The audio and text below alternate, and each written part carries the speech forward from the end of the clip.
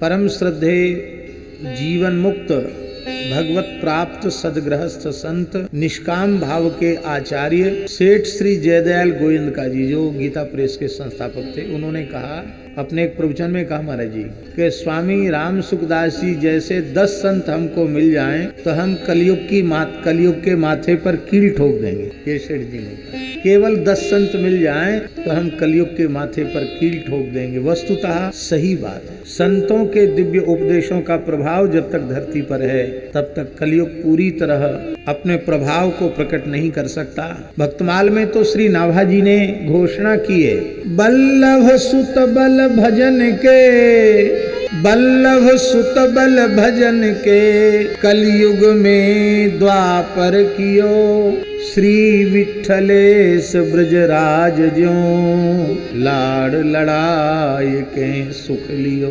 कलयुग में द्वापर कियो। सारी धरती से कलयुग का साम्राज्य भले ही समाप्त न हो, पर जो संत सदगुरु के चरणाश्रित है और सत्संग में जिसने अपने जीवन को समर्पित कर दिया है, उसके जीवन का कलयुग निश्चित समाप्त हो जाए।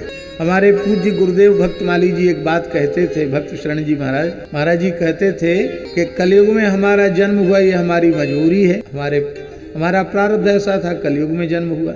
लेकिन भगवान ने यह अधिकार हमें दे रखा है कि कलयुग में जन्म लेकर भी हम सतयुग में जी सकते हैं। कलयुग के जो प्रबल 5 दोष हैं जिनमें कलयुग का निवास है, यदि हम पाप की कमाई नहीं करते हैं, पाप का धन नहीं खाते हैं, यदि हम मद्यपान नहीं करते हैं, यदि हम मांस भक्षण नहीं करते, मनवाणी क्रिया से किसी प्राणी की हिंसा नहीं करते हैं, परस्त्री पर कुदृष्टि नहीं करते हैं, जुआ नहीं खेलते हैं, तो इन 5 दोषों में तो कलयुग का निवास है। तो इस प्रकार से भी और नाम रूप लीला धाम के चिंतन में समर्पित जीवन हो तो कलयुग कहाँ है। कल हम लोगों ने पूज्य श्री मान मंदिर वाले महाराज जी का दर्शन किया।